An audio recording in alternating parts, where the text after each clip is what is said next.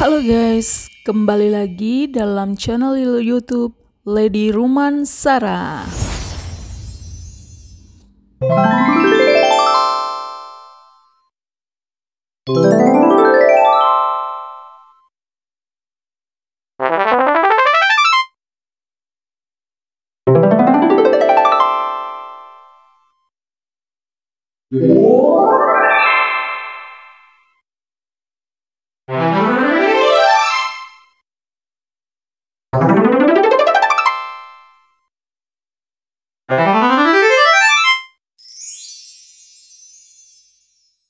Halo teman-teman, kita akan belajar tentang cerita wanita tiap bulan, atau bahasa kerennya Woman Story Every Moon.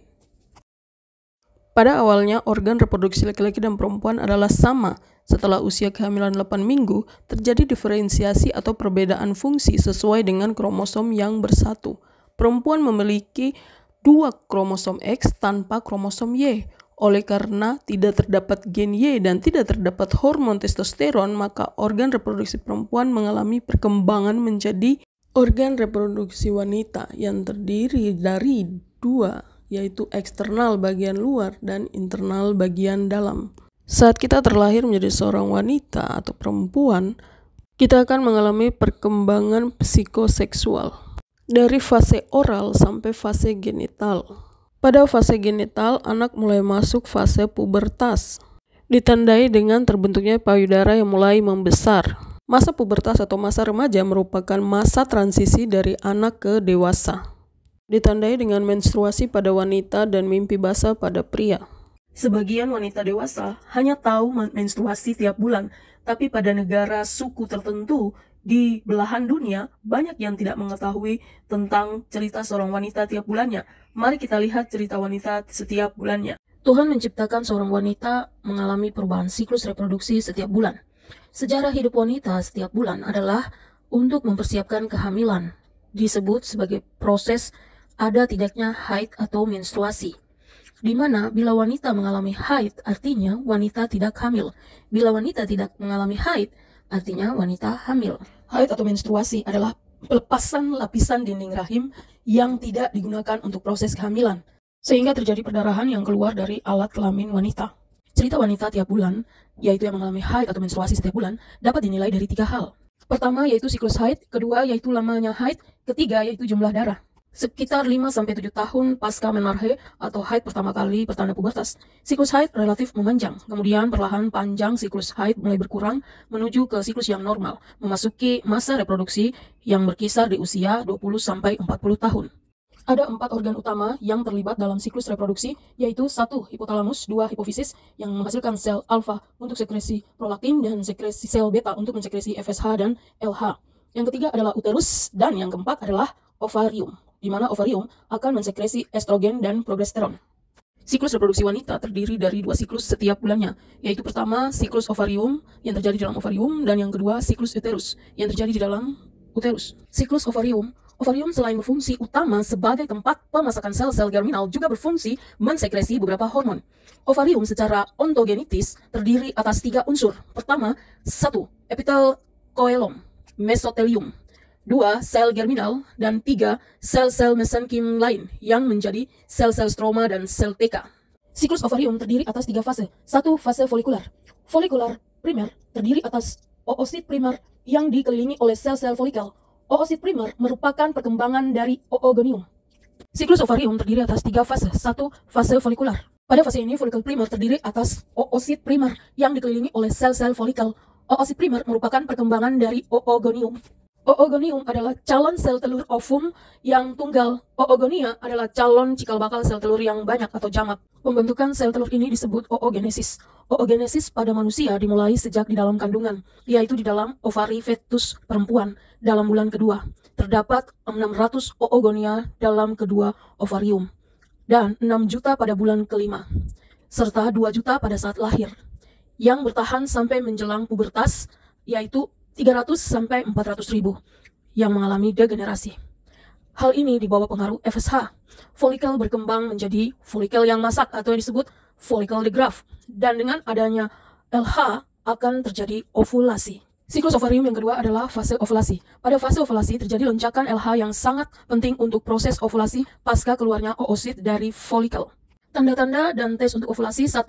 Rasa nyeri di perut bagian bawah. 2. Kenaikan suhu badan atau febris. 3. Perubahan lendir serviks yang dapat dilakukan uji membenang atau lendir serviks lebih encer dan jernih sehingga dapat ditarik seperti benang berukuran 6-10 cm. Ataupun dilakukan Fern test untuk lendir serviks diletakkan di kaca objek kurang lebih 10 menit akan mengering.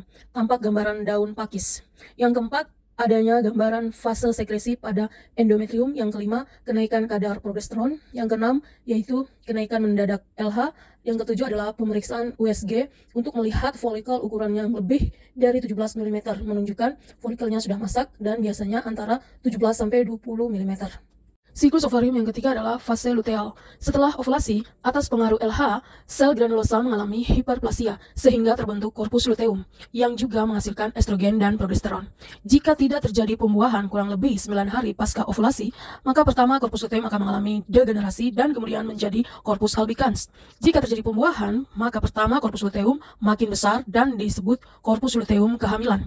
Yang ketiga, progesteron mempertahankan endometrium dalam fase sekresi dan siap menerima sel telur yang telah dibuahi. Siklus reproduksi wanita terdiri menjadi 2 siklus, yaitu yang terjadi di ovarium dan siklus yang terjadi di uterus. Siklus yang terjadi di uterus ini ada 4, yaitu 1 fase proliferasi, 2 fase sekresi, 3 fase premenstruasi atau fase iskemia, dan 4 adalah fase menstruasi. Fase proliferasi akibat dari pengaruh estrogen, di mana estradiol 17 beta akan membuat sehingga endometrium berproliferasi atau regenerasi epitel, kelenjar memanjang, jaringan ikat bertambah padat, menambah afinitas reseptor estrogen, dan mempersiapkan reseptor progesteron.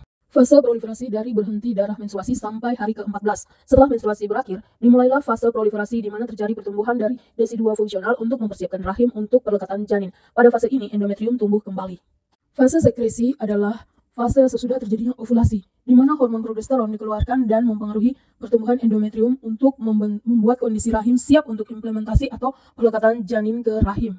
Fase sekresi ini sama dengan fase luteal, yaitu fase dari ovulasi hingga menstruasi dengan jangka waktu rata-rata 14 hari. Siklus reproduksi di uterus yang ketiga adalah fase premenstruasi atau fase iskemia. Fase premenstruasi atau fase iskemia ini terjadi jika telur tidak dibuahi, berlangsung kurang lebih 2-3 hari sebelum menstruasi.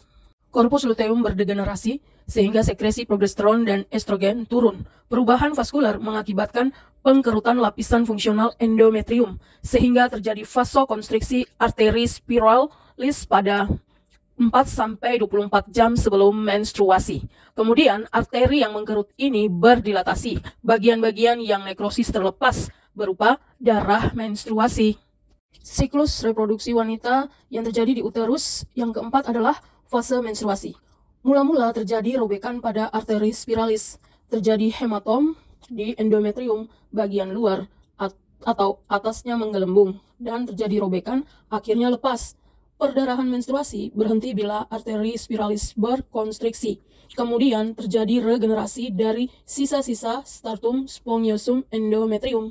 Cerita wanita tiap bulannya dalam masa siklus haid yang terjadi setiap bulan merupakan teori untuk kita bisa mengenal wanita. Saat wanita mengalami haid atau menstruasi, terdapat berbagai macam gangguan psikososial. Hal ini yang dapat kita ketahui supaya kita dapat mengerti seorang wanita. Sehingga banyak teori yang mempelajari tentang wanita.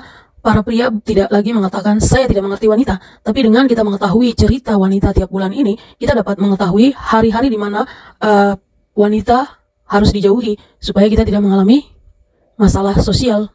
Wanita mengalami psikososial pada saat menstruasi dan pada saat hari ke-14 setelah menstruasi, yaitu masa ovulasi, dan hari ke-14 dari ovulasi itu yaitu premenstruasi.